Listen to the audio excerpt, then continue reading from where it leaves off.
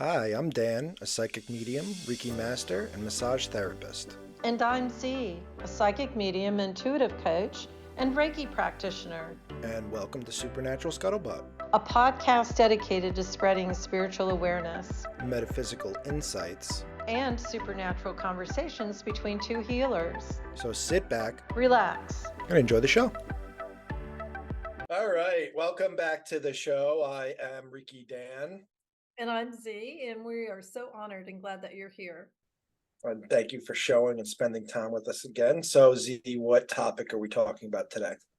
We are talking about angels, and I am really excited to hear what you have to say because I think you've really delved into this topic a lot, and I know you know a lot about that. So I wouldn't say I wouldn't say I'm like necessarily an expert on the angels. Just on my spiritual journey, I've come to get more comfortable working and calling on them. That might be my Catholic background. But when I first started this journey when I was 17, 18 years old, I came to understand that the most important angel, the spiritual protector angel, is Archangel Michael. Quick note about the angels, though. I don't necessarily look at them in the same capacity like a Christian might. The angels to me are like guides. They're there to help and support. It doesn't have to be a Christian-based religion that they can help you in. I know my wife kind of struggles, and I've told her to try to connect to her angels and work with them. She struggles a little bit with that concept because she was raised Jewish and she was bat mitzvahed, and the angels seem to be more of a Christian concept to her. But there are angels in the Old Testament. They're they've been there, and then most religions that branch from the Old Testament, which would be Islam, Christianity, Catholicism, they all have the Old Testament. The angels are in there. They're in the beginning with God. So I don't necessarily look at them from the Christian perspective. I think they're kind of like big brother support systems that want to help. It always goes back to what I call the law of free will. If you don't ask for help from your guides or your angels, they won't supply the help. But if you try to make that connection with them and you try to meditate and just maybe light an incense, light a candle, or try to like feel or connect to their energy, they're like immediately responsive for me. Like I don't even have to like think twice about it. As soon as I like put the concept of connecting to one of them, it's like they're right there on your shoulder willing to help. It's like they swoop in, they're ready to help.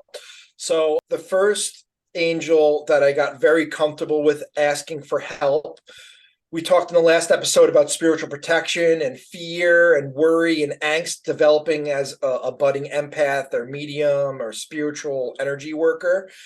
And there's a lot of fear involved when you first start waking up, as what we like to call it.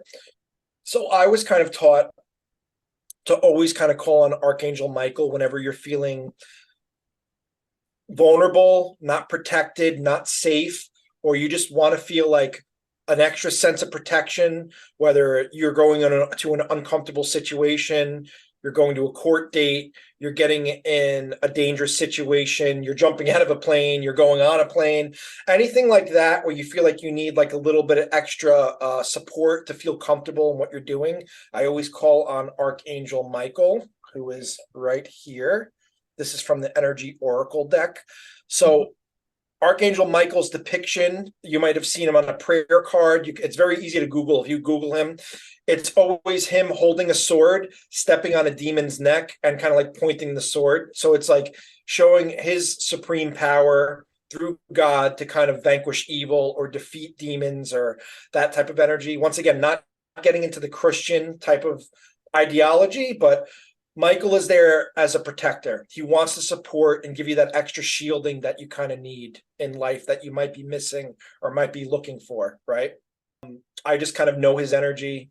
He's kind of like my boy. Like when I connect to Archangel Michael, he's always like bright, very handsome, very, very powerful energy, but he's got this like sense of like silliness to him. Like he's got this playful type of energy where he's like, don't take things so seriously. I got you. Don't even worry about it. That's how I feel when I connect to him.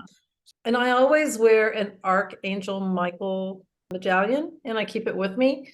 My son-in-law is a police officer, so he has one. My grandson, who's in the military, he has one. So I know it's known for really great protection. But I think I've always heard, like you said, you have to ask. You have to set your and ask. But if I do that before a reading and after a reading, I will always call on Archangel Michael, and I can feel him growing. It's like he grows big, like a giant.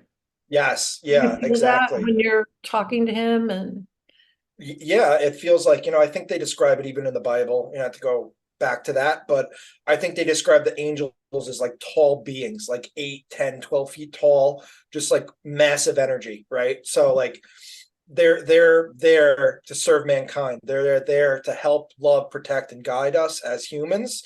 I don't necessarily think it once again, as like a Christian theme. I think it's just another type of energy to tap into that wants to help and is an unlimited resource, and they have no problem like immediately being there. I remember kind of going in my journey when I was like 18, 19, 20, thinking this weird kind of concept like, oh, well, they're so busy doing other work, they don't have time to visit me and work with me. Like, kind of like lowering myself. I'm not worthy enough to tap to the angels. I'm sure they have other things they're doing, but they're there to kind of help, protect, guide, give information. They all have their different roles, but Michael is the spiritual protector. So if you are feeling unsafe, less than protected, weird stuff's going on in the house, ask Archangel Michael to come, bless, protect you, watch over you, guide you. And if you're open to it enough, you'll feel his energy and you'll feel like an immediate like relief or that connection with him. yeah, What's your experience with Michael?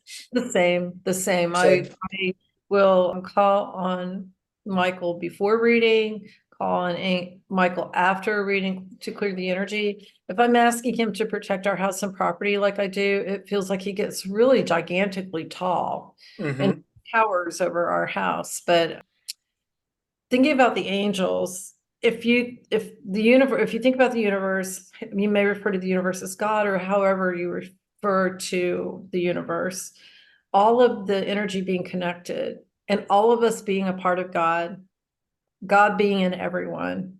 So when you were talking about the angels not being, like I always thought the same thing. Oh, they're too busy. I'm not that religious, blah, blah, blah. But when I set that intention and I call on the angels, I'm calling on God to direct that energy, that angelic energy towards me. So it comes right to me and it is whatever we ask for and the intention of that particular angel, like you're talking about. Yeah, I love that. I love that description. That's exactly how I feel. And it's always interesting whenever I meet other energy workers or people that are Reiki practitioners or whoever. For the majority, I connect the best with people. I don't know why this happens. It's not like always this case, but I always seem to talk to people and they have a personal relationship with Archangel Michael and Archangel Raphael, because that would be the second angel I want to discuss, because he's kind of like the second of importance. If you guys can see that, I know it's like really bright over here. Even though it doesn't go in order of the chakras as this deck does, it kind of like in this deck I'm using, it kind of gives like an angel that guides over different chakras. Archangel Raphael guards over the heart space. He is the healer angel. So if you're looking for support during a Reiki healing, I call in Raphael, I call in Michael first to protect me and who I'm working with, and then Raphael to give me the extra healing abilities to work through me and through my patient or client on the table. So Raphael is all about healing, right? If you're into like what we call cord cutting, which is like breaking attachments that aren't serving you, it's a type of meditation technique. I'll call in Michael to kind of cut the cords, and then I'll call in Raphael to kind of like plug the holes of those cords or attachments that have been filled, to kind of heal what those things attach to. Because if we don't heal what those attachments were attached to, they'll just come right back and find their spot in their home where they were on you, if that makes sense. It does. It makes perfect sense. And can you tell us what chakra Michael is associated with? In this, it's the root chakra, which is the base chakra. That would make So sense. it would make perfect sense, because the root chakra is all about being grounded, being protected, feeling comfortable, feeling safe, like you're in a safe environment. So that would totally make sense that Michael is there to protect you, and your root chakra, if it's closed or misfunctioning, you might not be feeling safe or comfortable in your living environment or your work or whatever you're dealing with in life. Raphael, obviously being of the heart, he's the heart-centered healing energy. When I'm tapping into Raphael, it's almost like that Christ conscious heart energy. And I'm sure we've all seen those Christian depictions of Jesus with the burning heart. To me, that is like his connection to the divine, to God, to be the healer, to be open, to be that strong empath or healer. So Raphael is pretty much just the healer, plain and simple. If you feel like you're lackluster, your energy stuck or stagnant, you're going into surgery, you're post-surgery, Raphael kind of helps alleviate the extra stress, I think, of knowing you're going through healing or your body's going through healing. It kind of puts you a little bit more at ease and to be receptive for your cells to kind of heal and repair themselves. That's how I articulate it anyway. I'm curious, are there colors associated with these angels? Again, you're the expert on the angels, and I'm not. I wouldn't say I'm an expert, but I just learned from this deck, and I think it really resonates with me, the colors that they are. So root chakra, red, Michael. Raphael, green, healing heart center, which is also the green heart chakra. Mm-hmm. From this deck, the next chakra up from Michael would be the sacral chakra, which is the water emotional chakra, the creativity. Archangel Ariel. I'll be honest, I don't really work with her much or call her in, but she's all about kind of like emotional balancing, healing the waters, asking for like intuitional, maybe even like the muse type of energy, what they say, like you connect to your muse to get, artistic endeavors. Like I've heard stories of writers or actors where they'll try to like tap into what they call their muse. I think you could kind of like articulate Ariel as that muse, where you could channel like your natural ability to be creative and to channel that creativity through you and then like bring that into the world, if that makes sense. It You know makes anything total about sense. Yeah, because make it makes total sense. That really does. Sorry for talking over you, but no, go ahead. Good. a little bit of a delay. I could see that would be about creativity and fertility because the sacral chakra is about that. Mm-hmm. And as you said, if you have that intention with Michael that you're being protected and you're grounded and you're safe, that safe environment allows you to be creative and more control, whether it's your imagination or whatever it is that you're doing. And that's a beautiful thought to have Ariel with you and as your muse. I like how you put that, because Ariel is obviously located in the womb space. So people always associate the womb with fertility. But in this sense, it doesn't necessarily have to be like giving birth or being a female. It also could be you giving birth to new creations. And I like that articulation through spirit. Like we give birth to our creations. It starts as a thought or a feeling. And then as humans, we decipher and articulate that energy and we turn that into an idea or a creation or a creative endeavor. Mm-hmm. I like how you're doing this, Dan, because it's really teaching me something. I grew up in that fundamental church. And as I told you, we didn't talk about these other angels. That would have been worshiping idols, according to in the church. And or it would have been too closely associated with the Catholic Church. And they were at odds with each other. So this is really helping me to understand as well. So we have Michael for the root chakra that is grounding us, Ariel in the space that is very creative and very much associated with what we're putting out. Absolutely.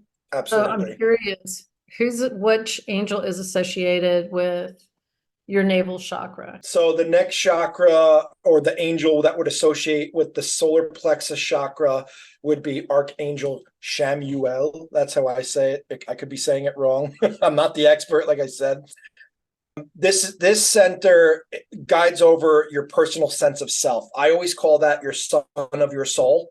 So that's where your healthy sense of ego, I say, is. It's not necessarily you being braggadocious or boastful. If it's overactive, you're going to be more egotistical. If it's underactive, you're going to shy away from how you really are. But when you're in balance, you have a healthy sense of self, how you present yourself to people, and you're kind of keeping yourself in check versus everybody else.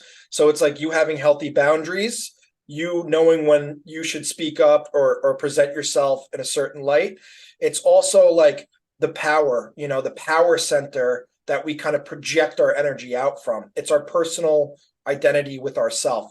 So if you're feeling not so confident, if you have to give a speech, if you have to present in front of a crowd, if you're feeling like nervous about something, or you have to go in an interview, or you have to do a video like this, I would tap into Shamuel and kind of ask him to guide and project yourself, so you're presenting your energy the way you want to, and you're confident in your energy. I think that's the real important part of it, right?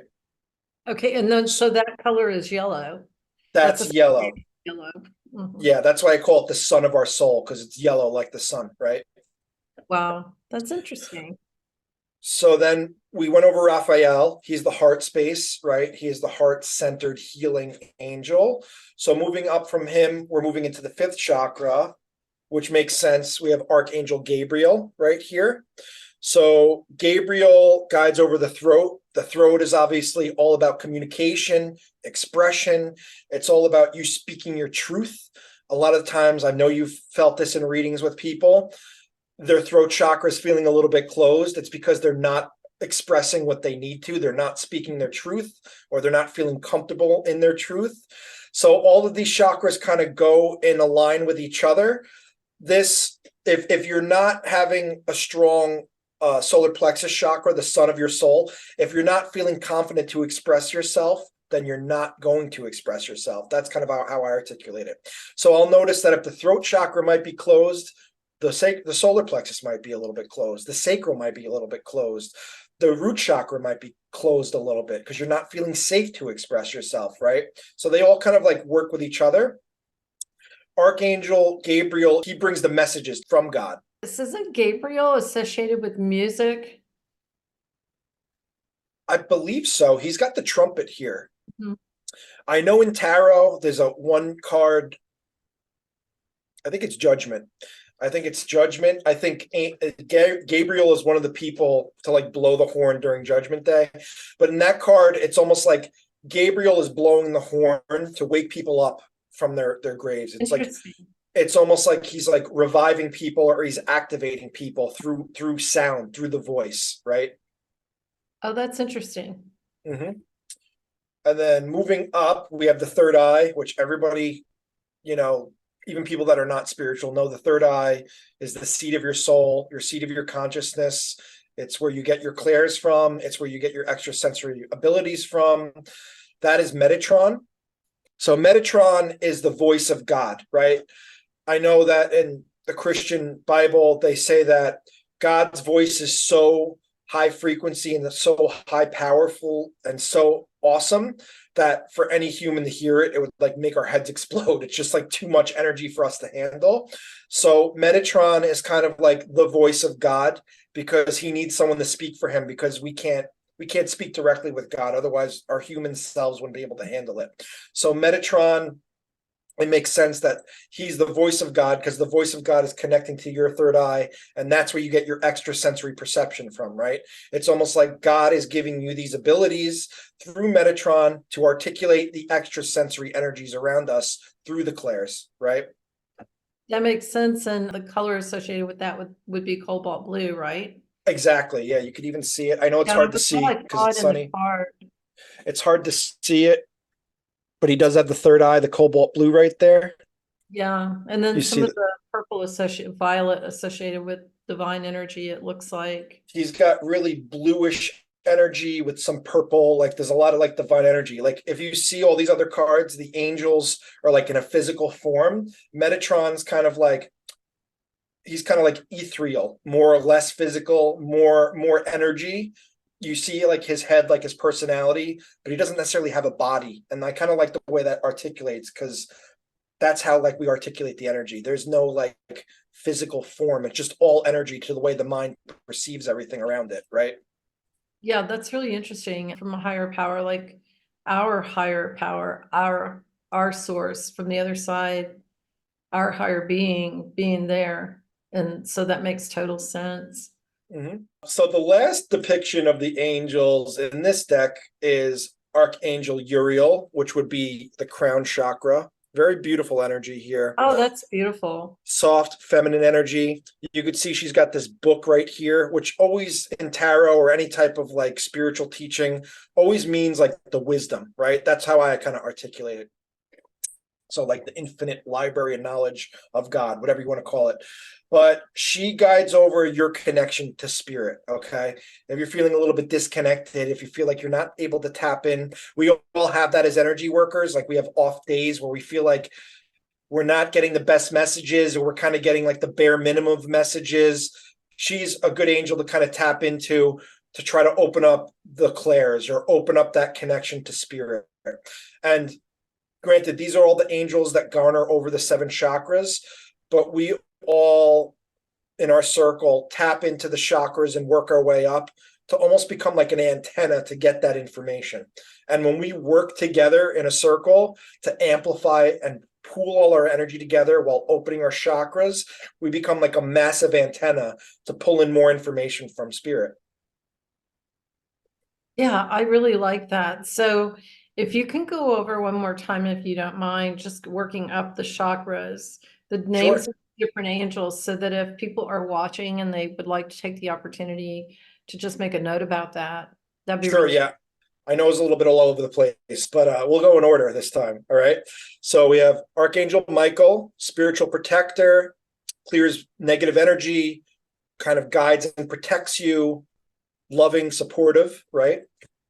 Then we have Ariel, the sacral chakra, which is all about emotions, creativity, fertility, bringing in new ideas, kind of that muse energy I was discussing earlier. Then we have Shamuel, who is like the solar plexus, your projection of self, healthy sense of ego, how you present yourself to the world, your bright type of energy. I always kind of associate him with, like, you've heard like celebrity energy. And like it's almost like when celebrities enter a room, it's like they light up and everyone's drawn to them. That's kind of the energy that I feel from him Kind of energy that I say that you have. all the time ad nauseum. And then we have the 4th chakra, Archangel Raphael, which is the heart, the healer, right? Heart-centered activity, working on cellular, emotional, physical, mental, all the bodies to heal, right? The throat chakra, Archangel Gabriel. So expression, speaking your truth, having the courage to speak your truth. That's something I didn't mention before, but he gives you the courage to tap into your throat to communicate and express yourself through sound. Metatron, which is the 3rd eye chakra, and guidance of your clairs, the voice of God, being able to perceive extrasensory perceptions and articulate it through your human. And then finally, the 7th chakra, Archangel Uriel, which is the crown chakra, your connection to God, spirit, universe, source, whatever you want to call it. Wow, thank you so much. No I think problem. that's very educational. And now I can picture it much more clearly as we work up the clairs. Mm-hmm.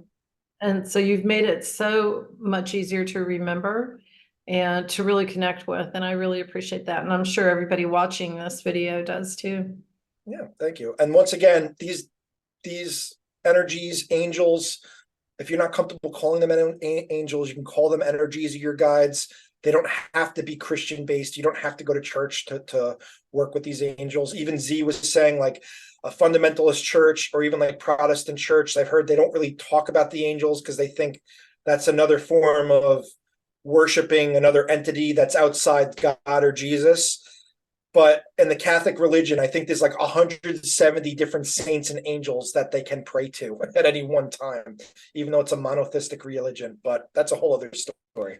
Yeah, that's a whole nother thing to talk about. Right. One last thing that I do also, and this again is going back to Christianity, but and this was not a part of my fundamental background at all, but I'll often call on Mother Mary. I Mm, feel power there, and I feel like I set my intentions with Mother Mary. It's very healing. And I've mhm.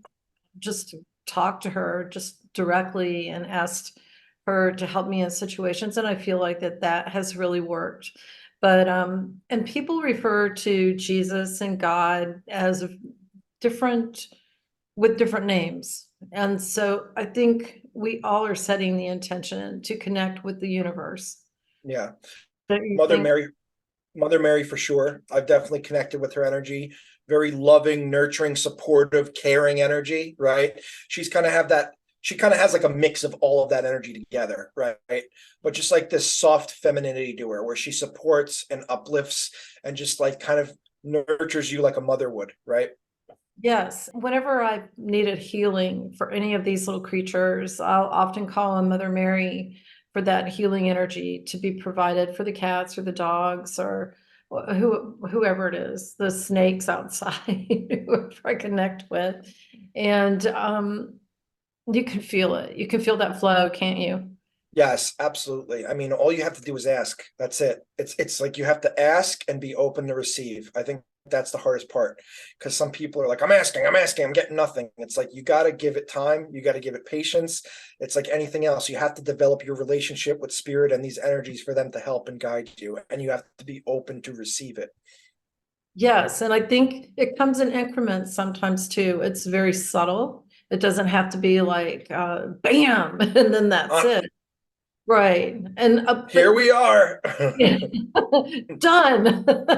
Walk. Get Like the up and Kool-Aid walk. man, the Yeah. Kool-Aid man breaking through the wall, the angels. Oh yeah. And you can tell which angel because of the color of the Kool-Aid. But and then associated with Mary, I know there's the smell of roses, and Mm, roses are associated with her in many different ways. So mhm. we'd like to hear Um, comments from people that have had these experiences, know about the angels. We want to hear what's happened with you. So please, share that with us in the comments below. I didn't mean to interrupt. any No, go ahead. Any good story about the angels, I always love to hear. I love to hear how people had like a near-death experience and some mystical person shows up at the perfect time to help you out and then disappears and you never see them again. Like those are always the most fascinating because that's kind of how the angels work. They don't want credit, they just want to help and support, and they're kind of just there to uplift humanity. So like they will pop in maybe in a physical form, maybe in an unexpected way, and kind of help you. So if you have any of those type of stories, we'd love to talk about those. So we'd love to share. Yeah, we would love that. And I do have an angel story. If you want to hear it, I'll try to keep it really short. Sure. But some time ago, I used to be in real estate, and I made the mistake of letting somebody who was looking for houses drive me around. And I very quickly realized that they didn't know how to drive. So we were on the way back to where I had parked my car, and all of a sudden, we're on this major highway, and it's like 6 lanes. And all of a sudden, they're like, let's go over there. I want to see a house over there. So they go to turn left, and they don't even bother to look to see what their light is or what's happening with all the cars.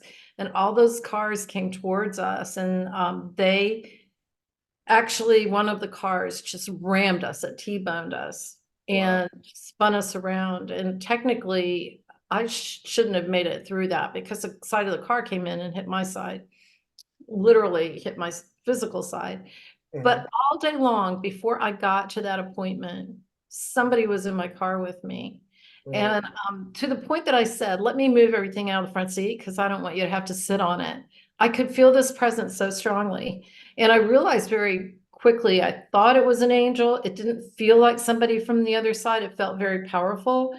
And that Mhm. angel stayed with me all the way through, even in the car, when that car was getting ready to hit us. And a voice said, take your seatbelt off and move over. So I did, Mhm. which is Wow. something I would not have usually done.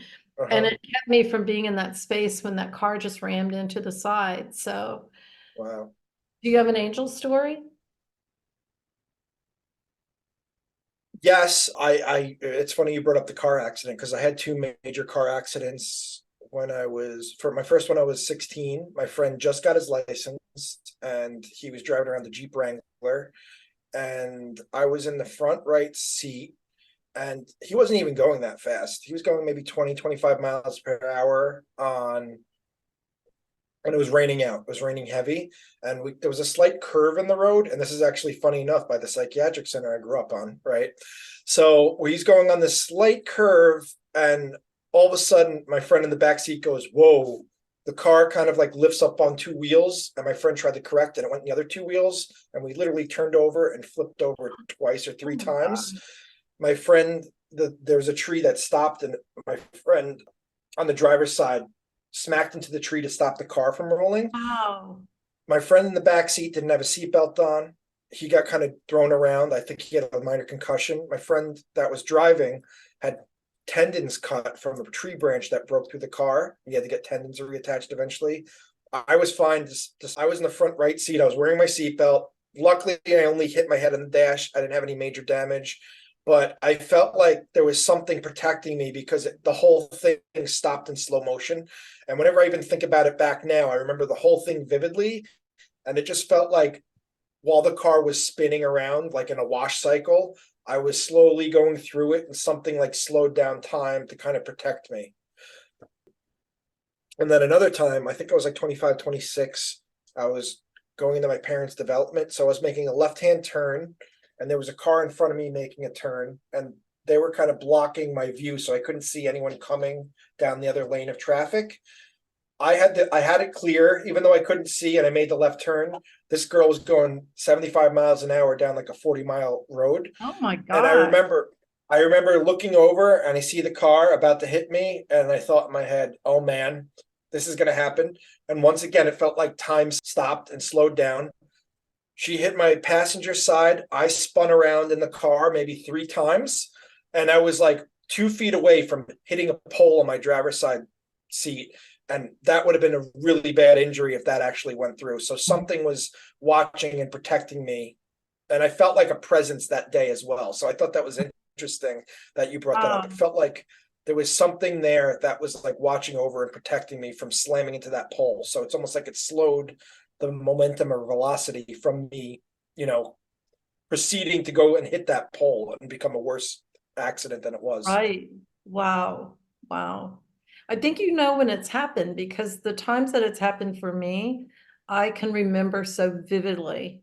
And Mm-hmm. there was another instance where we were all on a really high mountain. We were going up this mountain and winding around, and we were going fast enough as it was 50 or 55 miles an hour on these roads that are winding up.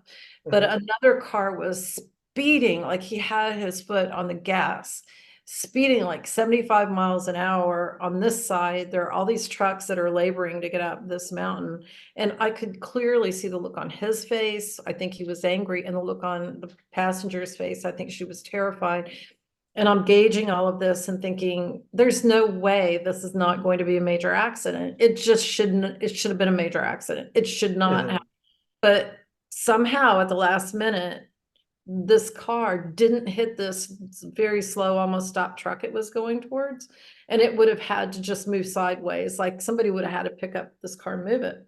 Wow. But before we left for that trip, I kept getting this message: start praying, pray, Mm-hmm. pray for protection, pray for. So we were praying all the way up to that mountainside. And when that happened, I realized that's what we were praying for. We were asking. The universe was saying, ask for that protection and it's going to be provided for you. But for anybody watching, if you've ever been in a situation like Dan and I are talking about, and you can so clearly remember it, you think back on it, you're like, I don't know how I survived that.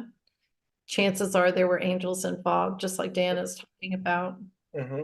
That's my experience with the angels and what I've come to learn and know with working with their energies. Yes, thank you for being here. It's been such an honor to have you here today. Dan, I want to thank you especially for explaining things so thoroughly about angels and chakras, which we're going to get into chakras in another video and talk all about them. But you've taught me a lot today. I really appreciate it. Thanks, Zee. Thanks for being here, everybody. Thanks for watching. Have a good one.